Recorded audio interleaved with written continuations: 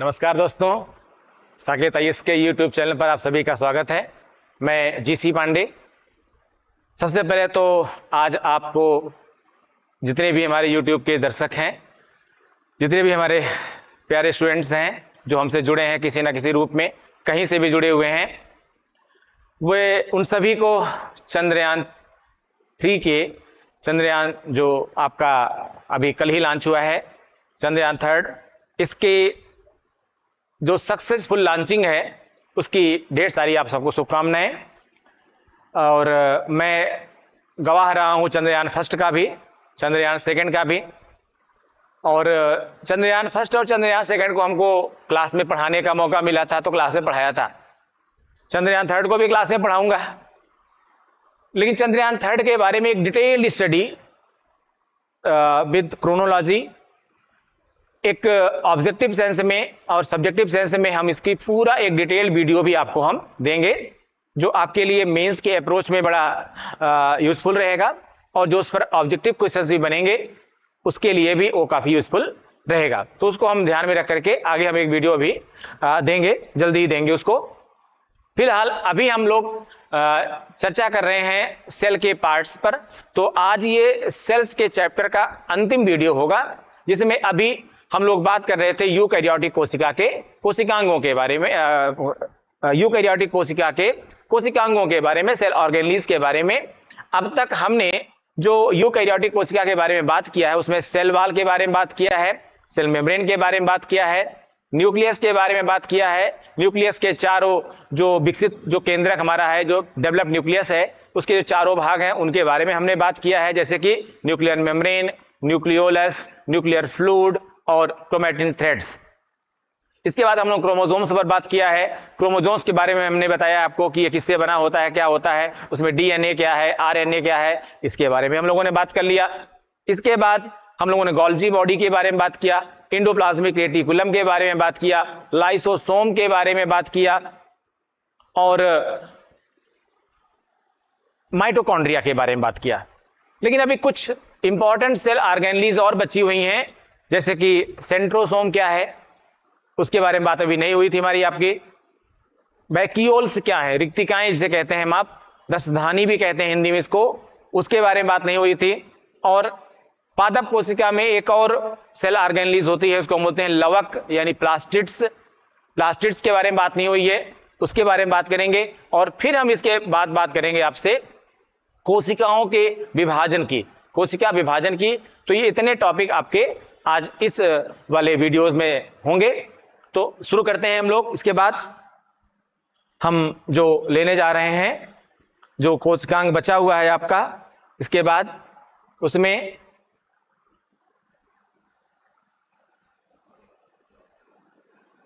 अभी हम लोग इससे पहले जो लिए थे उनको आगे बढ़ा रहे हैं। सेंट्रोसोम, ये 9th सेल ऑर्गेनेल्स है, 9वां कोशिकांग है हमारी कोशिका का, सेंट्रोसोम। सेंट्रोसोम बहुत ही इंपॉर्टेंट आपका पार्ट है कोशिका का। क्यों इंपॉर्टेंट है? बिकॉज ऑफ ये हेल्प करता है सेल डिवीजन में, कोशिका के विभाजन में। कोशिका विभाजन जब हम करेंगे, जब हम इसके बाद कोशिका विभाजन पढ़ेंगे, अभी सेंट्रोसोम के बाद हम बात कर लेंगे अभी प्लास्टिड्स की, लवक की, फिर हम बात कर लेंगे रिक्तिकाओं की, तो उसके बाद हम आएंगे कोशिका के विभाजन पर। तो इसमें हमने आपको यह बताया है कि यह सेंट्रोसोम सेल डिवीजन में कैसे हेल्प करता है। अगर आप यहां पर समझ सके इसको, या आप इसका स्क्रीनशॉट भी ले सकते हैं तो आप इसको देख सके। पूरा हमने बताया है इसमें कि किस टाइप के से ये सेंट्रोसोम वर्क करता है। लेकिन अगर एक कॉमन फिनोमिना के तौर पर देखें तो थोड़ा समझें आप इसको। सेंट्रोसोम जो है, इसमें सबसे पहले तो इसकी हम डिस्कवरी के बारे में बात करेंगे, इसके हम खोज के बारे में बात करेंगे, खोज के बारे में बात करेंगे। कुछ प्रॉब्लम्स आ रही है,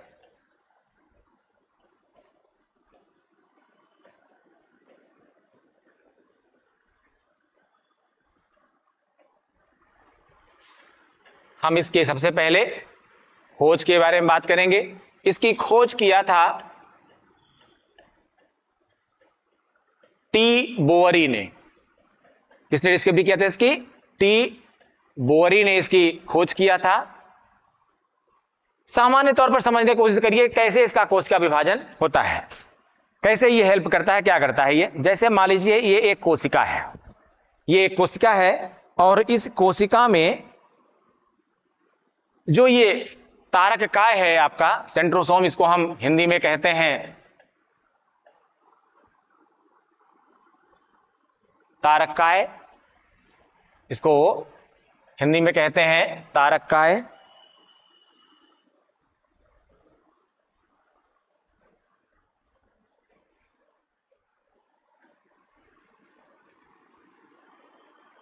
तारक काय, सेंट्रोसोम।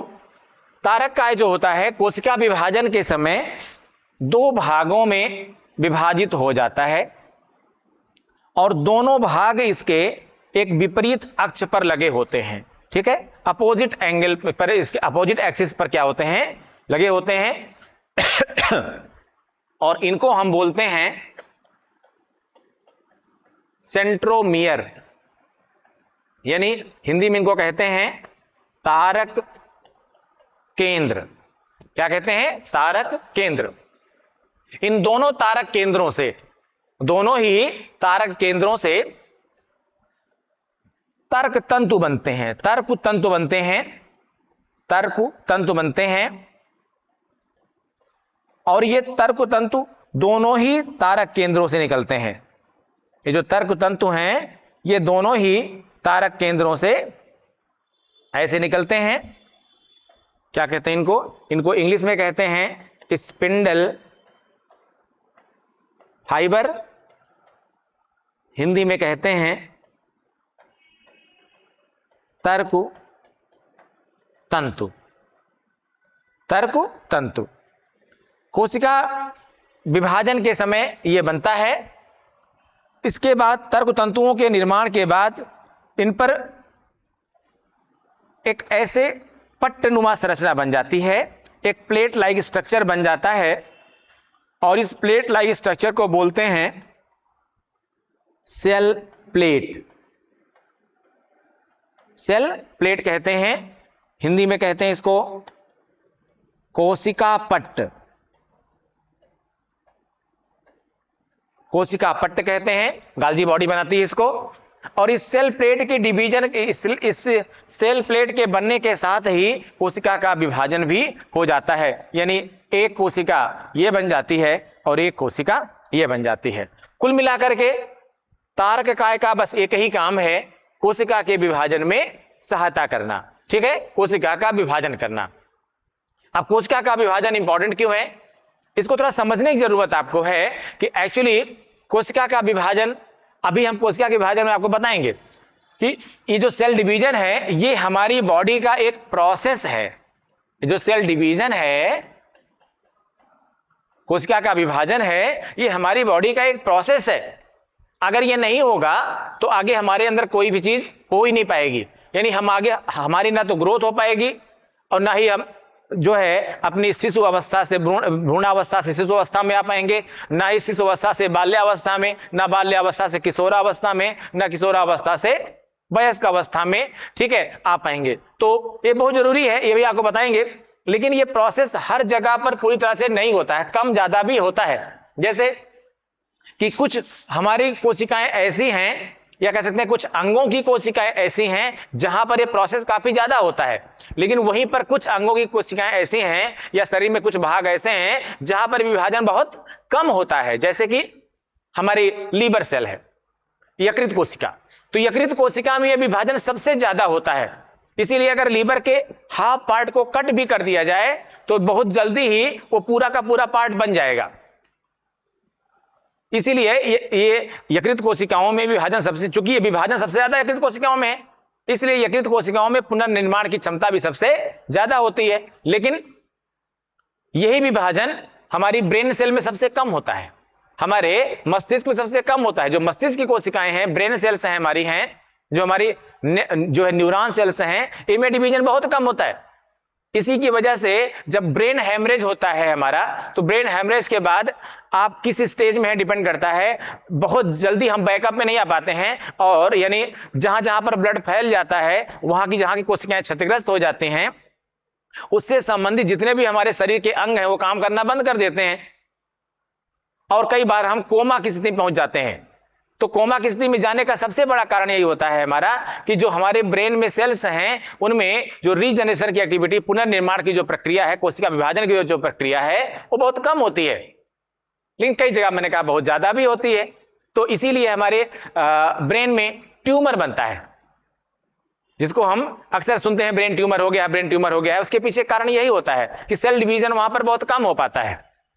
ठीक है, तो जाहिर सी बात है कि अब नेचर है, लेकिन यह विभाजन बहुत ज्यादा भी नहीं होना चाहिए। जैसे कि मैंने कहा लीवर में बहुत ज्यादा होता है तो होता है, ठीक है, होना चाहिए वहां पर, क्योंकि उस हिसाब से उसकी आवश्यकता है, लेकिन यह विभाजन बहुत ज्यादा भी नहीं होना चाहिए। बहुत ज्यादा अगर विभाजन हो जाएगा तो वो विभाजन असममित हो सकता है, फिर वो अनियमित भी हो सकता है, इरेगुलर भी हो सकता है, और ज्यादा अगर इरेगुलर हो गया तो आपको कैंसर हो जाता है। कैंसर हम किसे कहते हैं? देखिए, कोशिकाओं के विभाजन की एक प्रक्रिया है, और उसी प्रक्रिया के आधार पर कोशिकाओं का विभाजन होता है। एक नियमित प्रक्रिया है जो अभी आपको हम आगे थोड़ा बताएंगे अभी, लेकिन इस नियमित प्रक्रिया में कभी कभी समस्याएं हो जाती हैं। ये जो नियमित प्रक्रिया है ये अनियमित हो जाती है, तो कोशिकाओं का विभाजन भी कैसे होगा? भाई मान लीजिए कि जैसे एक कोशिका ये है और दूसरी कोशिका इसी आकार में ऐसे बन रही है, लेकिन अगर एक कोशिका ऐसे ऐसे बने, एक कोशिका ये ऐसे ऐसे बने, तब क्या हो गया? विभाजन तो हो रहा है लेकिन ये गड़बड़ सड़बड़ हो रहा है। तो ये जो विभाजन ऐसे ऐसे हो रहा है, इस विभाजन को हम बोलते हैं कैंसर। कोशिकाओं के अनियमित विभाजन की प्रक्रिया, एसिमेट्रिकल डेवलपमेंट, इरेगुलर डेवलपमेंट, कोशिकाओं के अनियमित या असममित विभाजन की प्रक्रिया क्या कहलाती है? कैंसर कहलाती है। The development of the irregular cells is called cancer. तो कोशिकाओं का जो अनियमित विभाजन है ये हमें कैंसर की ओर ले जाता है, और कैंसर के बारे में एक अलग से वीडियो हम बनाएंगे आपको, तो वहां हम अलग से बताएंगे। बहरहाल ये जो तारक केंद्र है, मेन चीज तारक काय जो आपका है, ये तारक काय क्या काम करता है? कोशिका के विभाजन में सहायता करता है।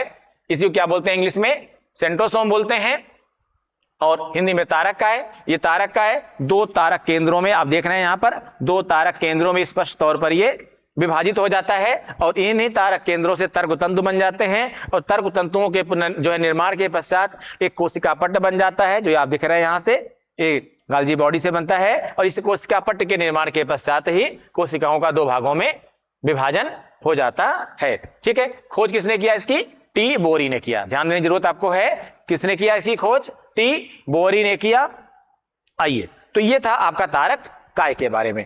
अब हम बात करेंगे अगले कोशिकांग के बारे में। तो अगला कोशिकांग हम लोग ले रहे हैं लवक। बहुत ही इंपॉर्टेंट संरचना है आपके लिए, लवक को समझिएगा आप लोग। प्लास्टिड्स बोलते हैं इंग्लिश में, हिंदी में बोलते हैं लवक। एक सामान्य तौर पर लवक की थोड़ी सी स्ट्रक्चर आपके सामने है, ये इसको आप लोग समझिए। पहली चीज जो आपको समझना है इसके बारे में, जो समथिंग, जो एक बहुत स्मॉल फैक्ट्स है, लेकिन पूछा जाता है क्वेश्चन, ये जो लवक हैं, लवक का जंतु कोशिकाओं में अभाव होता है। जंतु कोशिकाओं में अभाव होता है। अगर जंतु कोशिकाओं में इनका अभाव है तो इसका मतलब यह है कि ये पाए कहां जाते हैं? केवल पादप कोशिकाओं में पाए जाते हैं। कहां पाए जाते हैं? केवल पादप कोशिकाओं में पाए जाते हैं। अब करते क्या हैं? अब ये करते क्या हैं, इससे पहले आपको समझना है कि लवक एक्चुअली होते कितने प्रकार के हैं। लवक जो है ये 3 प्रकार के होते हैं। अब हम इसके लिए थोड़ा सा एक नया पेज ले लेते हैं, जिसमें आपको हम फिर समझाते हैं लवक के बारे में डिटेल थोड़ा सा। लवक यानी प्लास्टिड्स। तो पहले चीज तो क्या फैक्ट्स है इनका? केवल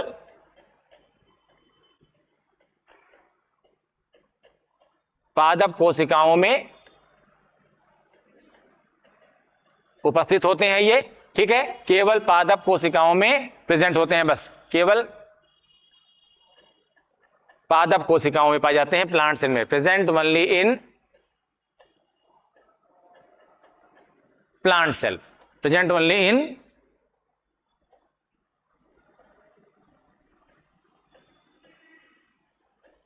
प्लांट सेल।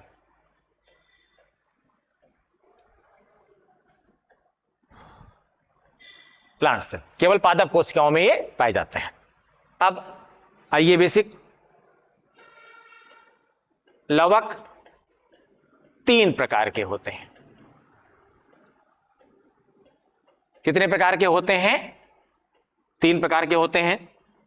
इसका जो पहला प्रकार है उसको हम हिंदी में कहते हैं आवर्णी लवक। आवर्णी लवक इंग्लिश में बोलते हैं ल्यूकोप्लास्ट। क्या कहते हैं? ल्यूकोप्लास्ट।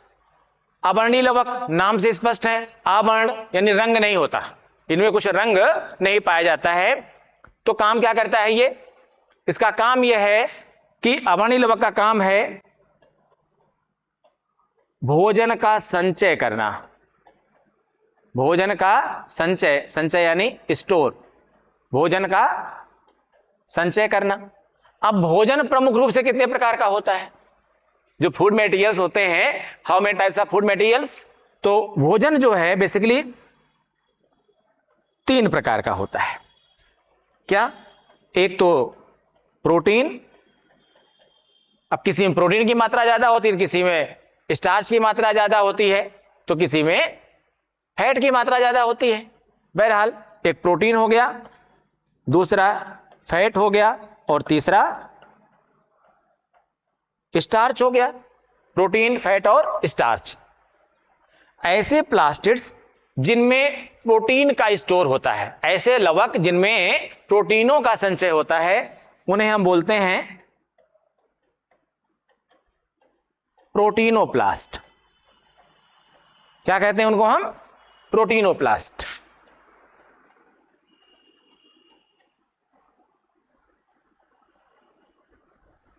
प्रोटीनोप्लास्ट ऐसे कवक, ऐसे लवक जिनमें प्रोटीन का संचय होता है उसे क्या बोलते हैं? प्रोटीनोप्लास्ट। लेकिन ऐसे लवक, ऐसे प्लास्टिड्स जिनमें फैट स्टोर होता है उसे कहते हैं इलियोप्लास्ट। क्या कहते हैं? इलियोप्लास्ट। इलियोप्लास्ट उसे हम कहते हैं इलियोप्लास्ट। लेकिन ऐसे प्लास्टिड्स, ऐसे लवक जिनमें स्टार्च को स्टोर किया जाता है, उन्हें कहते हैं एमीलोप्लास्ट। क्या कहते हैं? एमीलोप्लास्ट।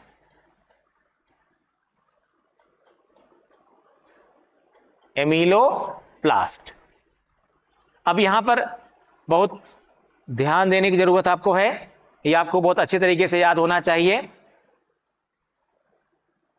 एमीलोप्लास्ट, तो फिर से एक बार, जो प्रोटीन को स्टोर करें उन्हें प्रोटीनोप्लास्ट, जो फैट को स्टोर करें उन्हें इलियोप्लास्ट, जो स्टार्च को स्टोर करें उन्हें क्या बोलेंगे? एमीलोप्लास्ट। फिर से, प्रोटीन को स्टोर करें प्रोटीनोप्लास्ट, जो फैट को स्टोर करते हैं उन्हें इलियोप्लास्ट, जो स्टार्च को स्टोर करते हैं उन्हें क्या कहते हैं? एमीलोप्लास्ट। तो इस तरह से आपने देखा है ये 3 प्रकार के क्या हो गए? पहली चीज तो लवक 3 प्रकार के, उनमें पहला कौन सा है? आवर्णी लवक। लेकिन ये आवर्णी लवक भी कितने प्रकार का है? इसको हमने एबीसी में क्लासिफाइड किया। आइए अब दूसरा देखते हैं। दूसरा है हमारा वर्णी लवक। वर्णी लवक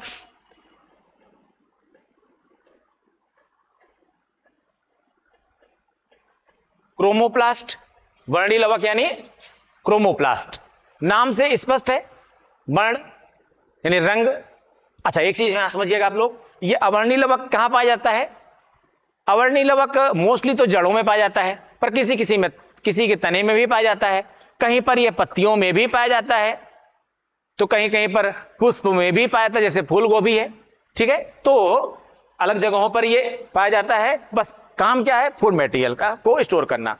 वर्णी लवक कहां पाया जाता है, वर्ण यानी कलर यानी रंग, तो ऐसा लवक जो रंग को प्रदान करे उसे क्या कहते हैं, वर्णी लवक। तो ये किसके लिए है, जो वर्णी लवक है ये विभिन्न रंगों के लिए उत्तरदायी है, विभिन्न रंगों के लिए उत्तरदायी है। ये क्या है, विभिन्न रंगों के लिए उत्तरदायी है। अब रंग तो अलग, रंग कहां कहां पर होते हैं, मोस्टली रंग पुष्पों में पाए जाते हैं, तो पुष्पों में इनकी संख्या बहुत ज्यादा है। रंग फलों में भी पाए जाते हैं, पके फलों में, तो पके फलों में भी ये पाए जाते हैं। कभी कभी कुछ पत्तियां भी आप देखते हैं रंगहीन होती हैं, तो उनमें भी ये उपस्थित हो सकते हैं, ठीक है। जहां जहां पर रंग होगा वहां वहां पर ये होंगे, इनके बिना कोई रंग नहीं होगा। अब ये वर्णी लवक जो है, ये कई प्रकार के वर्णी लवक बच्चे हो सकते हैं, कई प्रकार के वर्णी लवक हो सकते हैं। तो इसकी हम पूरी एक लिस्ट आपको दे रहे हैं, उस वर्णी लवक की हम पूरी आपको लिस्ट दे रहे हैं। इनको आप अच्छे से आप समझ लीजिए, उनको अच्छे से आप पढ़ लीजिए उनको, जिससे आपके लिए बहुत इंपॉर्टेंट है ये। इसका आप लोग स्क्रीनशॉट ले लीजिए, इसका स्क्रीनशॉट ले लीजिए। मेन हमने कलर्स किनके कारण से होते हैं, ऐसे क्रोमोप्लास्ट, ठीक है, जिनसे ये होता है, उसको आप पूरा ये इसको रटिएगा, पूरा स्क्रीनशॉट ले लीजिए पूरा इसका पूरा स्क्रीनशॉट ले लीजिए, जिससे आपको अच्छी तरीके से ये याद हो जाए। क्योंकि अक्सर एग्जाम में पूछा जाता है, अक्सर एग्जाम में पूछा जाता है कि कौन सा रंग किस लवक के कारण होता है, तो कौन सा लवक किस तरह के वर्णी लवक से होता है, ठीक है। तो कौन सा क्रोमोप्लास्ट पाया जाता है, ये यहां पर पूरा आपको दिया गया है, देख रहे होंगे आप लोग, ये पूरा यहां पर दिया हुआ है। इसका स्क्रीनशॉट आप लोग ले लिया होगा। चलिए आगे बढ़ते हैं हम लोग।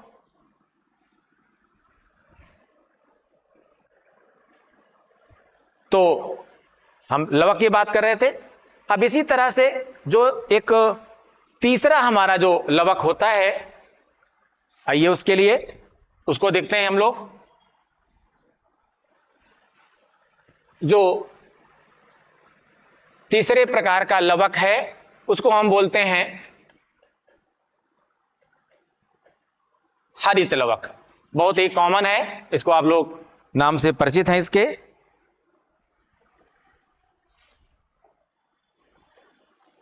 नाम से इसके आप लोग परिचित हैं,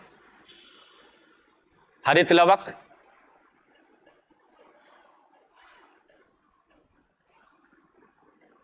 क्लोरोप्लास्ट क्या करता है, क्लोरोप्लास्ट कैसे काम करता है, हरित लवक। हरित लवक कहां पाया जाता है, स्पेशली तने में पाया जाता है, पत्तियों में पाया जाता है, और कच्चे फलों में पाया जाता है। कच्चे फलों के छिलकों में कह सकते हैं, कच्चे फलों के छिलकों में पाया जाता है ये, ठीक है। पकने के बाद अगर उसका रंग बदल जाता है, इसका मतलब यह है कि उसमें क्या आ गया, वर्णी लवक आ गया, क्रोमोप्लास्ट आ गया। लेकिन क्या यह रंग के लिए उत्तरदायी होता है, एक्चुअली हरे रंग के लिए तो उत्तरदायी हो सकता है, हरे रंग के लिए तो यह उत्तरदायी हो सकता है, लेकिन स्पेशली एक्चुअली इसका काम क्या है, इस वास्तव में इसका काम क्या है, इसका काम है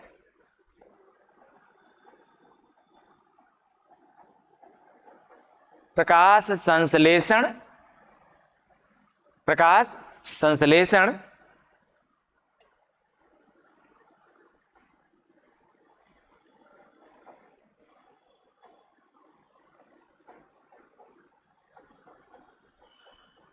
प्रकाश संश्लेषण यानी फोटोसिंथेसिस।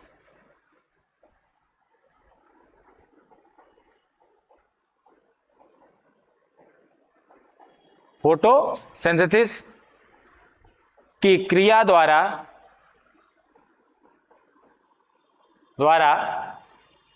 फोटोसिंथेसिस की क्रिया द्वारा भोजन का निर्माण करना।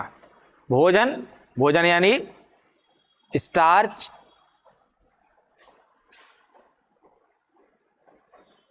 का निर्माण करना। तो प्रकाश संश्लेषण की क्रिया द्वारा भोजन का निर्माण करना, यह इसका प्रमुख कार्य है। अब ये कैसे करता है? भोजन के निर्माण के लिए कुछ चाहिए इसको। क्या चाहिए समझिएगा।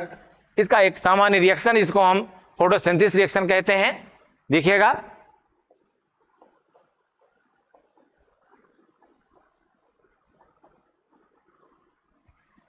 (6CO2 + 12H2O). क्या चाहिए इसको? कार्बन डाइऑक्साइड चाहिए और जल चाहिए। इसके अलावा और क्या चाहिए इसको और चाहिए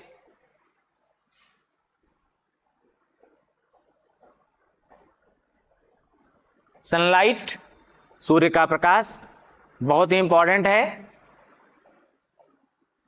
और क्लोरोफिल। ये क्लोरोफिल क्या है? हरित लवक के अंदर ही क्या पाए जाते हैं? हरिम कणक पाए जाते हैं।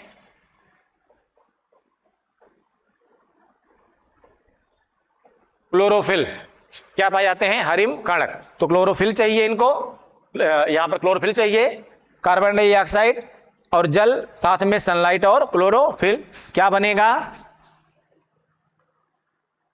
क्या?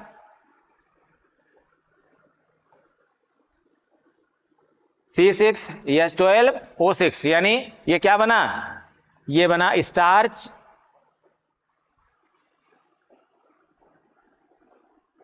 Plus 6H2O plus 6O2 plus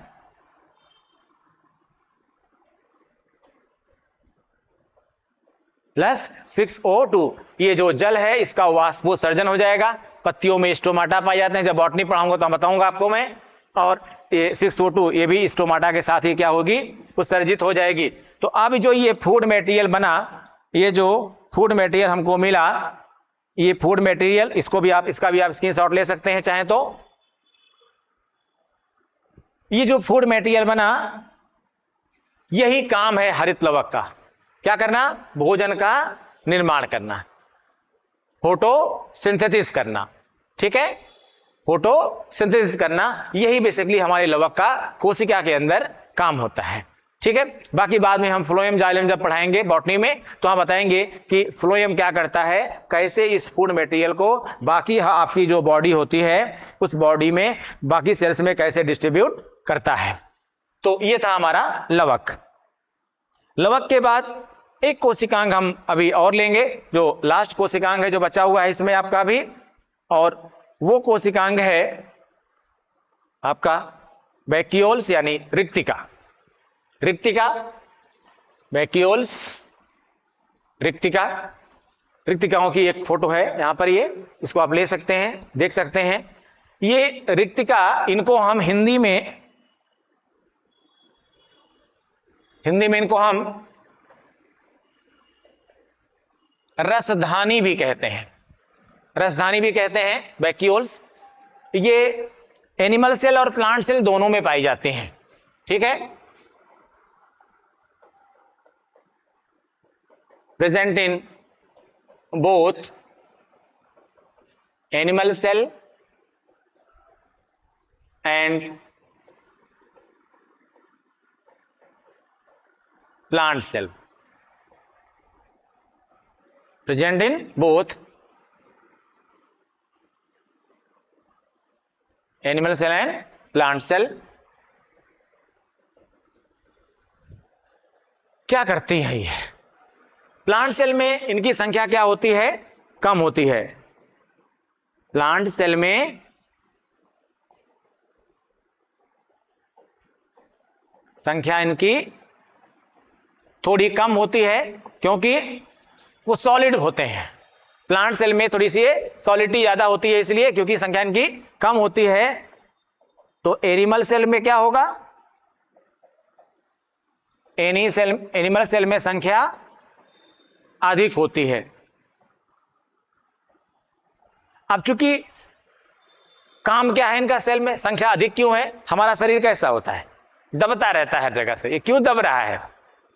हमारे शरीर में कंकाल को छोड़ दिया जाए, यानी हमारी स्केलेटल सिस्टम को छोड़ दिया जाए, तो सब कुछ भी सॉलिड नहीं है। सॉलिड क्यों नहीं है? क्योंकि एक तो सेल्स है, सेल्स में सब में किसी ना किसी रूप में पानी भरा हुआ है। सेल्स में किसी ना किसी रूप में पानी भरा हुआ है, और हमारी बॉडी में लगभग 60 से 65%, थोड़ा कभी कभी उससे ज्यादा भी हो जाता है, तक क्या होता है? जल होता है। बच्चों में ये अमाउंट और ज्यादा होता है। इसीलिए बच्चे देखे होते हैं, स्टार्टिंग में बच्चे फूले होते हैं काफी, धीरे धीरे वो पिचकते हुए जाते हैं। शुरुआत में लगता है बच्चा बहुत मोटा है, लेकिन उसको दबाइए तो ऐसे दब जाएगा हाथ में, फिर धीरे धीरे फूलेगा। ऐसे दबाइए, दब जाएगा, फिर धीरे धीरे फूलेगा। आपको लगेगा बहुत मोटा है बच्चा, लेकिन उतना बच्चा मोटा होता नहीं है। बेसिकली वो सिर्फ लगता है, क्योंकि उसमें वैक्यूल्स काफी ज्यादा होती है, जो जल का संचय होता है वो काफी ज्यादा होता है। उसके पीछे भी कारण होता है, वो हम आगे बाद में बात करेंगे। लेकिन फिलहाल यहां पर अब इनका काम क्या है? एक्चुअली मैंने बताया कि they are the water storing bodies. They are the water storing bodies. ये हमारे शरीर में या वनस्पतियों में, पादपों में जल का संग्रह करने वाली ये भाग हैं। ठीक है। कई बार हमको जब प्यास लगती है, तो प्यास तो लगती है, क्योंकि जब रुधिर में पानी कम होगा, शरीर में पानी कम होगा, तो प्यास लगेगी। लेकिन फिर भी हमारा शरीर चलता रहता है। उसके पीछे कारण यही होता है कि हमारे जो है बहुत सारा जल जो है वो हमारे शरीर में संचित रहता है। ठीक है। और लगभग एक एवरेज अगर निकालें हम, तो एक 70 किलोग्राम का अगर कोई व्यक्ति है, तो इस 70 किलोग्राम के व्यक्ति में लगभग 40 लीटर के आसपास जल होता है। लेकिन जल ये 2 भागों में विभाजित होता है, और यानी इसको हम बात कर सकते हैं कि 13 से 14 लीटर कहीं और होता है, और 26 से 27 लीटर कहीं और होता है, यानी इस 40 लीटर में लगभग। इसके बारे में डिटेल हम लोग बात करेंगे जब हम आपको पाचन और पोषण पढ़ाएंगे, तो उस चैप्टर में बात करेंगे हम। यहां फिलहाल तो जो ये आप देख रहे हैं वैक्यूल्स, उसके पीछे मैंने आपको ये बताया कि किस तरह से ये होती हैं, जंतुओं में भी पाई जा रही हैं, पादपों में पाई जा रही हैं, संख्या कहां कम या अधिक है। अब इसके बाद हम आएंगे, आपके बहुत ही इंपॉर्टेंट पार्ट है आपका इस, तो ये जितना अभी हमने आपसे बात किया, ये लगभग हमने वही बताया आपको जो इससे पहले हमने अलग अलग उसमें आपको बता दिया था। ठीक है। जिसमें हम बात कर रहे थे आपसे यूकैरियोटिक कोशिका की, यूकैरियोटिक कोशिका की। तो इस यूकैरियोटिक कोशिका में हमने आपको क्या बताया था कि यूकैरियोटिक कोशिका एक विकसित कोशिका है, डेवलप्ड सेल है, और ये डेवलप्ड एनिमल्स में यानी विकसित जंतुओं में पाई जाती है। और विकसित जंतुओं में जो ये कोशिका पाई जा रही है, इसके कितने विभिन्न प्रकार के, इसमें कौन कौन से जो है कोशिकांग पाए जाते हैं, विकसित कोशिकांग कौन कौन से पाए जाते हैं, उनमें एक के बाद हमने एक आपको लिया। जिसमें जो आपने ये सेल देखा था, जिन्होंने यूकैरियोटिक सेल का स्क्रीनशॉट नहीं लिया हो, वो फिर से यहां पर ले सकते हैं। अब इस यूकैरियोटिक कोशिका के बाद अब जब हम मेन पार्ट लेंगे इसका, ये अंतिम भाग इस चैप्टर का है, वो है कोशिका का विभाजन। वो है कोशिका विभाजन।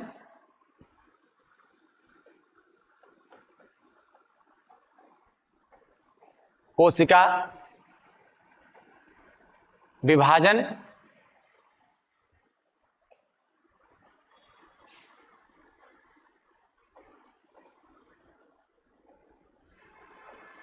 कोशिका विभाजन हम कहते हैं इसको इंग्लिश में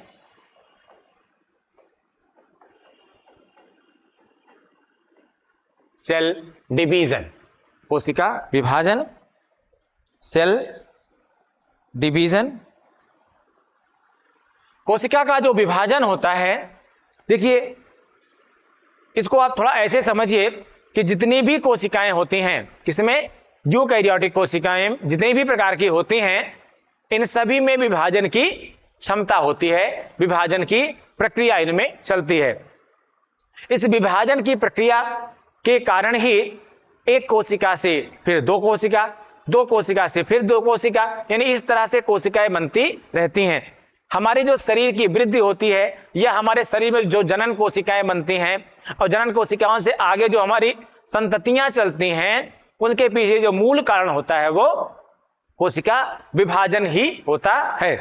अब ये कोशिका विभाजन होता कितने प्रकार से है? इस सेल डिवीजन को हम किसे बांटते हैं? 2 टाइप्स में बांटते हैं। इस कोशिका विभाजन की प्रक्रिया को हम 2 भागों में बांटते हैं। एक विभाजन हमारा है, उसको हम कहते हैं समसूत्री विभाजन। क्या कहते हैं? समसूत्री विभाजन। इसी को इंग्लिश में कहा जाता है माइटोसिस। माइटोसिस नाम से स्पष्ट है, समसूत्र। देखिए इसमें अवस्थाएं हैं, समसूत्री विभाजन की अवस्थाएं हैं। फिर अर्धसूत्री विभाजन दूसरा है, जिसको हम क्या कहेंगे? दूसरा जो भाग होगा इसका हमारा, उसे हम कहेंगे अर्धसूत्री विभाजन। इसमें भी अवस्थाएं हैं, लेकिन हमें इन अवस्थाओं पर नहीं जाना है। हमें इन अवस्थाओं पर नहीं जाना है। क्यों नहीं जाना है? क्योंकि आपके एग्जाम पॉइंट ऑफ व्यू से ये किसी भी तरीके से इंपॉर्टेंट नहीं है, किसी भी तरीके से इंपॉर्टेंट नहीं है। इसको हम बोलते हैं इंग्लिश में मियोसिस, क्योंकि उन पर कोई क्वेश्चन आपके यहां पूछा नहीं जाता है। जो क्वेश्चन बनता है इस पर कि परिचित तो ये है क्या, कहां पर होता है और इनका परिणाम क्या होता है, और इनमें जो गुणसूत्र की संख्या होती है उनमें क्या परिवर्तन होता है। तो पहले हम बात करते हैं किसके? समसूत्री विभाजन की। समसूत्री विभाजन और ये अर्धसूत्री विभाजन। समसूत्री विभाजन जो होता है ये कहां पर होता है? समसूत्री विभाजन हमारी देह कोशिकाओं में होता है। इसमें देह कोशिकाओं में होता है। अब ये देह कोशिकाएं कौन सी हैं? अब यहां प्रश्न यह बनता है, देह कोशिकाएं यानी शरीर की कोशिकाएं। अगर शरीर की कोशिकाओं में यह होता है और शरीर की कोशिकाओं में ही फिर अर्धसूत्री विभाजन होगा जनन कोशिकाओं में, जनन कोशिकाओं से ही क्या बनेगी? देह कोशिकाएं बनेगी। अभी हम बात समझाएंगे कि आपको कि आप क्यों कंफ्यूज रहते हैं, और ये कंफ्यूजन आगे मेंटेन भी रहेगा। ये कंफ्यूजन आगे भी बना रहेगा कि पहले मुर्गी आई कि पहले अंडा आया। वो कंफ्यूजन अलग बात है, लेकिन यहां समझना पहले आपको हम बता रहे हैं समसूत्री विभाजन।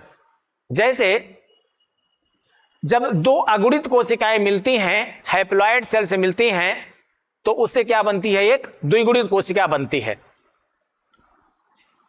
उस द्विगुणित कोशिका को हमने जाइगोट बताया। अब यहां पर देखिए, यहां पर ये एक कंप्लीट सेल है, बॉडी सेल है।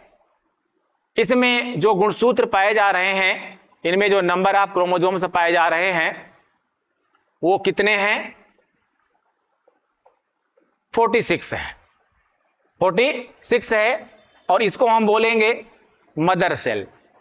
यहां मदर सेल से क्या मतलब है? यहां मदर सेल उसको कहते हैं, ऐसी सेल जिनमें विभाजन की क्षमता होती है उसे हम क्या बोलते हैं? मदर सेल बोलते हैं। मातृ कोशिका, मातृ नाट मात्र, मातृ कोशिका मदर सेल।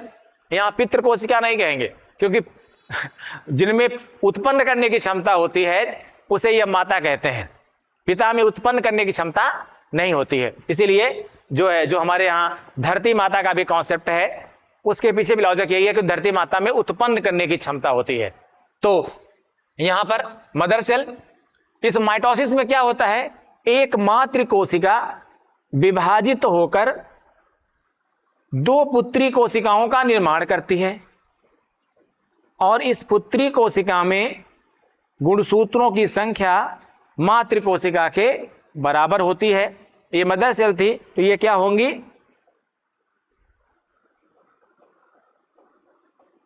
Daughter cells. इससे क्या हो गया?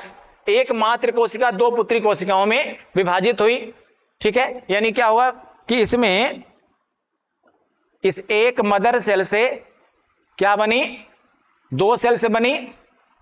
अब जब एक मदर सेल से 2 सेल बनी तो वृद्धि कितने की हुई? वृद्धि हुई 1 कोशिका की, क्योंकि ये कोशिका जो यहां पर है मदर सेल, ये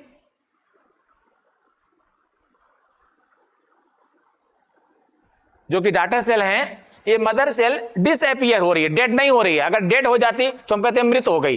ठीक है, लेकिन यहां पर डिसअपियर, अंतर ध्यान। ठीक है, तो ये ये एक कोशिका दो कोशिकाओं में विभाजित हो जा रही है, तो वृद्धि कितने की हुई? एक कोशिका की हुई ना, क्योंकि एक कोशिका तो मदर से पहले से थी ही ना, उसने केवल उसका स्थान ले लिया बस। तो वृद्धि कितने की हुई? एक कोशिका की वृद्धि हुई यहां पर। और इसी से हमारा आगे हम बताएंगे भी आपको कि कैसे फिर हमारे शरीर में ग्रोथ आगे होती है। ठीक है, अब ये इसे बोलते हैं समसूत्री। चूंकि इसमें गुणसूत्रों की संख्या मात्र कोशिका के बराबर हो रही है, इसलिए हम क्या कहते हैं इसको? समसूत्री विभाजन। अब ये विभाजन होता कहां पर है? ये विभाजन क्या होता है? देह कोशिकाओं में होता है। कहां होता है विभाजन? देह कोशिकाओं में होता है, यानी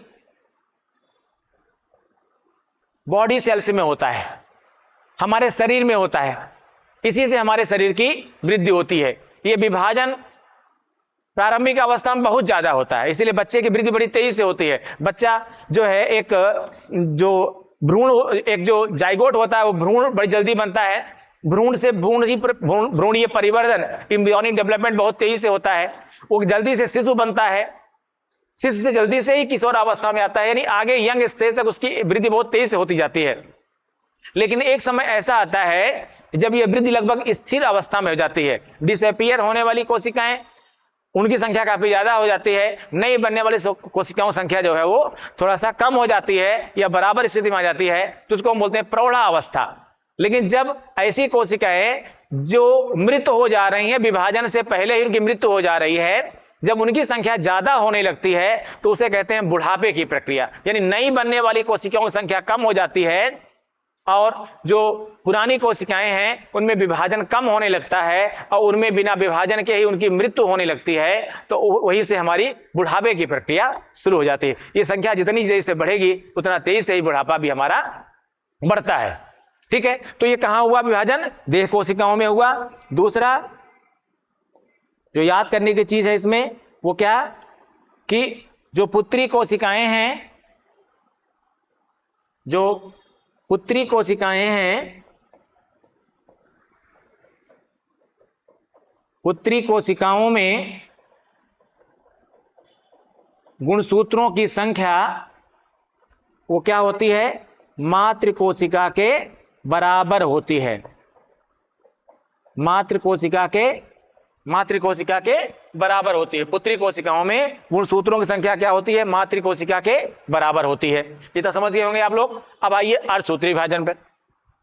अर्धसूत्री विभाजन जो होता है, इसमें क्या होता है? पहली चीज तो ये विभाजन कहां होगा? जनन अंगों की कोशिकाओं में होगा।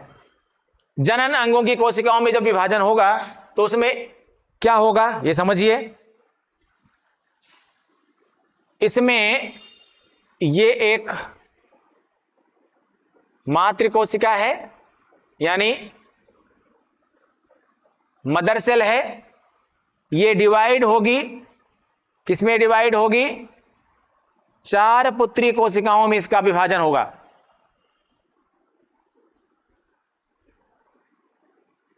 चार पुत्री कोशिकाओं में। यहां क्या था? एक मातृ कोशिका, एक मातृ कोशिका यहां पर क्या हो रही थी? यहां एक मदर सेल 2 में विभाजित हो रही थी, यहां पर एक मदर सेल 4 में विभाजित होगी, यानी यहां पर 4 पुत्री कोशिकाएं बनेंगी। और इन पुत्री कोशिकाओं में गुणसूत्रों की जो संख्या होगी वो क्या हो जाएगी? ठीक आधी हो जाएगी। क्या हो जाएगी? इनमें पुत्री कोशिकाओं में गुणसूत्रों की संख्या मातृ कोशिका की ठीक आधी हो जाएगी। इन्हें हम क्या कहेंगे? ये जो बनी इन्हें हम क्या कहेंगे? पुत्री कोशिकाएं, डॉटर सेल्स, इन्हें कहेंगे हम पुत्री कोशिकाएं। इनमें मातृ कोशिका की आधी हो जाएगी। यह विभाजन कहां होता है? जनन अंगों कोशिकाओं में। अगर ह्यूमन बीइंग की बात करें, मनुष्य की बात करें, तो मनुष्यों में जो शुक्राणु कोशिका और अंडाणु कोशिका बनती है वो कैसे बनती है? इन्हीं से बनती है। जो शुक्राणु कोशिका और अंडाणु कोशिका बनती है वो कैसे बनती है? इन्हीं से बनती है। ठीक है, अब इन्हीं को देखिए। अब यहां से मान लीजिए जैसे स्पर्म है और ओवम है, तो अब स्पर्म में कुल कितने गुणसूत्र हुए? यहां देखिए, ये मान लीजिए स्पर्म सेल है, तो इसमें स्पर्म सेल है, इसका मतलब क्या हुआ कि इसमें ये इसी तरीके से एक ओवम सेल बनेगी। मान लीजिए ये जो कोशिका आप देख रहे हैं, ये है ओवम कोशिका यानी अंडाणु कोशिका N23। अब ये दोनों कोशिकाएं मिलेंगी तो स्पर्म और ओवम मिलके क्या बनाएंगे, जाइगोट बनाएंगे। तो ये कौन सी कोशिका बन रही है, ये जाइगोट की कोशिका बन रही है।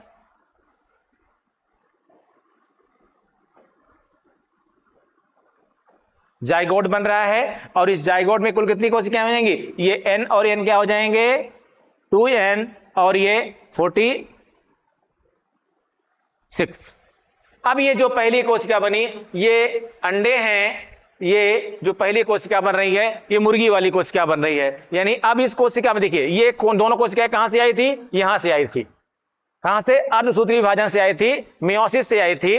और इसके बाद अब ये क्या बन गई, एक पूरी कोशिका बन गई, ये वाली कोशिका बन गई। अब इस कोशिका में क्या होगा, बिल्कुल ये ही समसूत्री विभाजन होगा, यानी ये दो कोशिकाएं बनी। ठीक है, कैसी बनेंगी, बिल्कुल एग्जैक्ट इसी तरह 2N46 2N46, फिर ऐसे क्या हो जाएंगे, फिर दो बन जाएंगी, फिर ऐसे दो बन जाएंगी। अब जो ये जाइगोट था, ये जो जाइगोट था, ये जाइगोट विभाजित होते हुए चला जा रहा है लगातार, और 24 से 48 घंटे में ये जाइगोट क्या हो जाएगा, भयंकर इम्ब्रियो में एक बड़े, अब ये जाइगोट क्या बन जाएगा, भ्रूण बन जाएगा, इम्ब्रियो बन जाएगा। ठीक है, और इस इम्ब्रियो के 3 स्तर बन जाएंगे, एक्टोडर्म, मेसोडर्म और एंडोडर्म। और फिर इन्हीं तीनों स्तरों से जो भ्रूणीय परिवर्धन होगा उसमें कुल 5 प्रकार के ऊतक बन जाएंगे, epithelial tissue, connective tissue, mesodermal tissues, nervous tissues और रिप्रोडक्टिव टिश्यूज। ये कुल 5 प्रकार के टिश्यू बन जाएंगे, ऊतक बन जाएंगे। और इन्हीं 5 प्रकार के ऊतकों से, टिश्यूज से अलग अलग हमारे बॉडी के ऑर्गन्स बन जाएंगे, यानी अंग बन जाएंगे। और उन्हीं अंगों को मिला करके हमारा एक पूरा शरीर बन जाएगा। तो आपने क्या समझा, इस कोशिका में विभाजन कब होता है, जब आप बन जाते हैं तब। यानी इससे क्या होती है बेटा, हमारे शरीर में वृद्धि होती है। कहां पर होता है ये विभाजन, कौन सा, समसूत्री विभाजन कहां होता है, देह कोशिकाओं में होता है। इसमें पुत्री कोशिकाओं में गुणसूत्रों की संख्या क्या होती है, मातृ कोशिका के बराबर होती है। इससे क्या होती है, इससे शरीर की वृद्धि होती है, इससे शरीर की वृद्धि होती है, शरीर की ग्रोथ होती है। यह विभाजन कहां होता है बेटा, ये विभाजन केवल जनन कोशिकाओं में होता है। कहां होता है,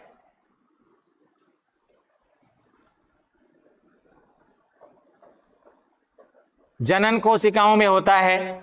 ठीक है, और इन जनन कोशिकाओं से विभाजन होने के कारण क्या बनती हैं, जनन कोशिकाएं बनती हैं, यानी गैमीट्स बनते हैं। गैमीट जैसे अगर हमारे अंदर बात करें तो स्पर्म बनता है, और क्या बनेगा, क्या बनेगा, स्पर्म के साथ साथ ओवम बनेगा। ठीक है,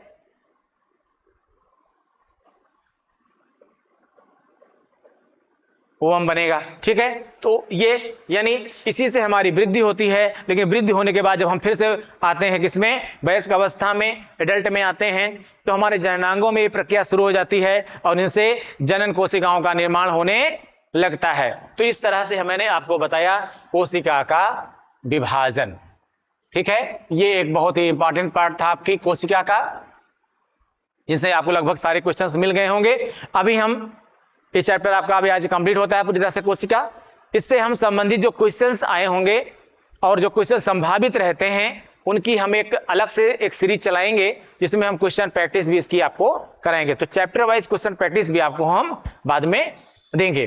ठीक है, आप लोग समझ गए होंगे इस पूरी कोशिका विभाजन के प्रोसेस को, कि कहां पर ये विभाजन होता है, इसमें अल्टीमेटली क्या होता है। ठीक है, थैंक यू।